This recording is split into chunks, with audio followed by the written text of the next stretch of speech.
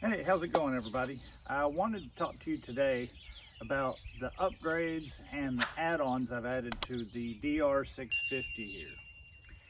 I'll cut in some footage of me installing each piece, kind of go over how it was, what I thought about it. We'll start at the bottom, work our way up. To start off with, the first thing I did was added the a chub skid plate. Super quick, super easy. There's like 2 bolts on the back, 2 bolts on the front with some little padded hooks. You kind of got to hold those hooks and screw them in, but it was a relatively easy process and went really well. After that, I installed a set of Tusk D-Sport tires, front and rear. Get rid of the death wings that come on it. That, I don't have any video of me doing it. I just did it on the floor in my garage. I don't have any of the specialty racks or anything like that. So I didn't really show that because it's basically how you would do it if you changed them in the field. That's how I had to do them here. I will mention that this was a brand new bike. I bought it brand new, has like 100 miles on it. Both front and rear axle were dry. There were no grease on it. Put a little bit of grease on it. So if you get a new bike, check those because they probably don't have grease on them. Moving up from there to the front here, I put this rig gear tank bag on. It's like a 4-liter bag. It's 4 or 6 liter, I can't remember. It's a very small bag, but it doesn't get in the way. It's very useful. I'll bring you in for a close-up of it because I didn't really record the install on it because you just use 4 straps. You've got a soft cover here to where you can put your phone in. Zips, opens up. I've got power supply, speaker, some zip ties, my Spot X, and some cords. Electrical stuff. My plans are, this is going to be my electronics bag. Eventually I'm going to hook up a USB and run power into here and then be able to charge and use it as is. As you can see, just 2 clips that go around the head tube and then 1 on each side. And you just find somewhere on the frame and hook it. While I'm down here, I'll go ahead and show you the power supply I installed, so I'll be able to run power pump or anything else that takes the standard plug. Plus I can put it on the battery tender in the winter if I'm not riding it. I installed that, very simple. Next thing I installed was the top rack with the roto packs. The top rack is a Tusk inexpensive top rack. Bolted on real easy. I did have to drill holes for the roto packs, but that was just kind of find where you want it, use a marker, draw in the center, measure your holes, drill. It went pretty easy, pretty quick, and the roto packs is on there good. The rack, you install it and make sure you leave everything loose and then tighten it up. It's pretty straightforward and pretty easy. Next was the Tusk pannier rack and the Tusk Pilot panniers. Those were pretty easy. The only problem is that the instructions weren't exactly clear on the foot peg and on installing here. And then also, the instructions did not say if you have a top rack which way you needed to go, because I've got the grab handles, the top rack, and the panniers all going into the same place, and that really wasn't covered in the instructions, and I think it should have been. The Pilot bags are great. I really like these bags. They give you a lot of room, and they don't stick out real far past the motorcycle. Now I do have them collapsed down right now because they're empty, but when they are filled up, they do stick out a little bit further, but they hold they say 35 liters on each side, but I would say realistically it's probably closer to 25 to 28 liters because you do have to have the roll top, and if you have it unrolled all the way, it's hard to store anything in it, obviously. So just be mindful of that. It's probably not a true 35 liter. The install on them is very simple. You got a strap that goes around each corner, and very easy to do and put on. You do have the two top straps that you have to contend with to help hold them up. But it's not bad. I mean, they ride okay. This one's on top of the Rotopack. It's not ever going to hurt anything. This one's on far enough back on the seat that it's not ever going to bother me. On this, I mean, it's a good solid system. It'd probably give you some minor protection in a wreck, although if you hit something hard, they're probably just going to rip off. I mean, they're not really made as crash bars, but if you've got your bags on here and you lay it over, I mean, that's obviously going to give you some padding and some protection.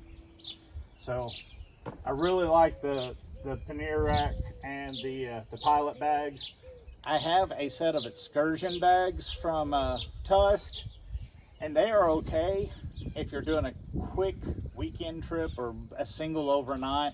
But if you're going to be gone more than an overnight, I highly recommend going to these over the Expedition. Now the Highlands, I would like to try the Highlands, but they were actually more expensive than this setup.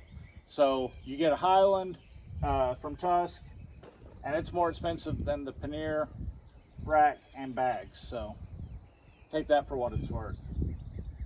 The next thing I installed was the Tusk chub bar at a 1 1/8. So it's a thicker, heavier duty bar. I got their extensions, their universal extensions, and everything was going great on that until it came time to install the extensions into the motorcycle. The bolts, all 4 bolts that go into the motorcycle were out of spec. And I first started putting it in, I was like, man, that feels a little tight. And then I was like, well, maybe it's that, you know, because they had that blue Loctite gunk already on them. And I was like, well, maybe it's that. And I went another turn, I was like, no, that doesn't feel right. So backed it back out, and the threads on those were cut improperly, or they're slightly oversized. I'm not exactly for sure which. They literally started trying to strip out the motorcycle mount where it mounts to the old the old handlebars where they mount. It was trying to strip that out. It cut about 2 new threads before I realized what was going on and took it out. I had to go to a local bolt store. They tried it and they said the same thing. They said something's not right. They couldn't tell if it was just the threads were cut wrong, or if if it was slightly oversized, or if the threads were cut wrong. But they couldn't get them into a bolt either. So the local bolt store gave me 4 bolts and 4 washers, and I was able to continue to put these on. So be very careful if you get their universal mount. It may or may not have the right threads. If it doesn't feel right, stop. Luckily, I stopped in time. I was able to get everything tightened, but that is something that you need to watch for. And I really wanted to bring you in close to show you these. The setup of the chub bar looks great. I mean, absolutely great. Everything fit good. It was just, be very mindful of your bolts. Since I was going to be changing out the handlebars, I went ahead and put on some double take mirrors. These are super simple. I actually had these from the Honda CRF Rally. They are the exact same ones and they fit. It was $50 something for one side, $60 for the other. Absolutely love them. Well worth the money to give you the ability that these mirrors have on not breaking, generally speaking. So I don't have any video to cut in for that. You just replace your mirrors. surely you know how to do that. I went ahead and upgraded the handguard since I was changing out from the factory bar, which just had those cheap little plastic ones that gave you a little bit of wind support. I wanted something that would give me support in case of a layover, in case of a crash. I went with the Tusk D-Flex Pro. They fit perfect. They fit way better on this motorcycle than they did on my Honda Rally. So I was very happy with that, with how well they fit. Super quick, super easy. The trick to installing these handguards is leave everything loose. Just barely get threads started, wiggle them around, find their happy spot, find where they fit and they clear your levers, and then slowly start tightening down. Go from one to the next, and just make it a loop. And you'll end up with a nice install. They look a lot better, and they're way tougher than the factory ones. Lastly, I installed a Garmin Zumo XT. I had a universal round clamp mount, and this is not the mount that came from the Zumo, and I just clamped it down, found kind of a spot that I liked it. I'm still debating on building or making or buying some sort of a dash system to where I can get it down a little bit lower and a little bit more forward, to where it's a little bit more protected by the wind, or a little more protected from the wind, I should say. I went ahead, and I'll show you on the back side here, if you can see it. Right here is actually from Chin Mounts, and what it is a stick-on mount, uses 3M, and it's got a lanyard basically, so it'll buy me hopefully a second or two if this Garmin mount ever fails. I made my own tail tidy. I didn't record doing it because you wouldn't necessarily have the same stuff on hand that I had. But anyway, I cleaned up the rear end, and the rear end looks way better not having that big piece hanging down, especially since this bar comes across the back for the panniers. With the tail, it looked kind of goofy, so this looks a lot better. It was a super simple fix. Cost me nothing because I had everything on hand already. I even had a LED light.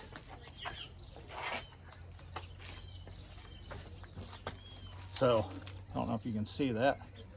So it's even legal. So it was a super quick, super simple build for myself.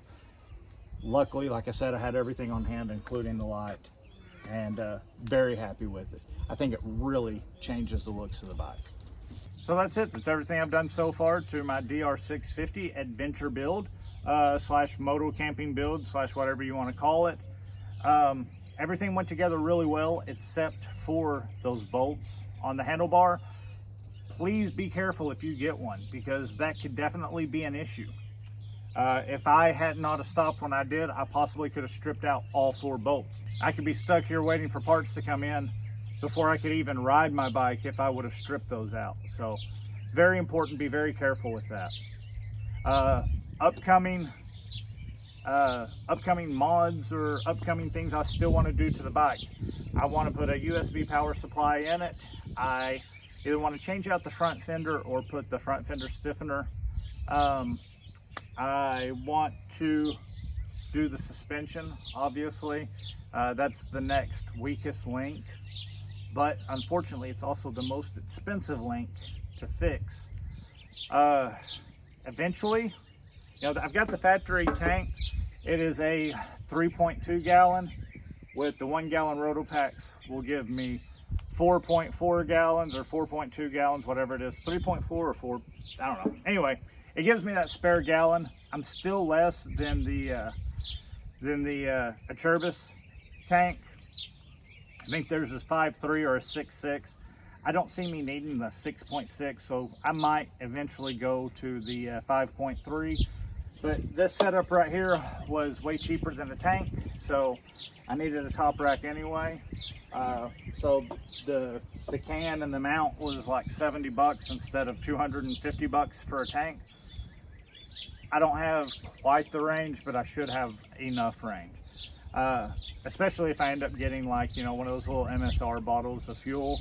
I can mount it on the back of the pannier rack, just like how I have the first aid kit on the other, and that would give me 1 gallon and 1 liter of spare fuel if I wanted to go that route. Anyway, I hope you guys enjoyed. Sorry about all the noise, the birds, the winds, the cars. I just wanted to get this video together. I'm excited. I'm looking forward to riding, and can't wait. As always, thank you for watching. I greatly appreciate it. We'll see you guys next time.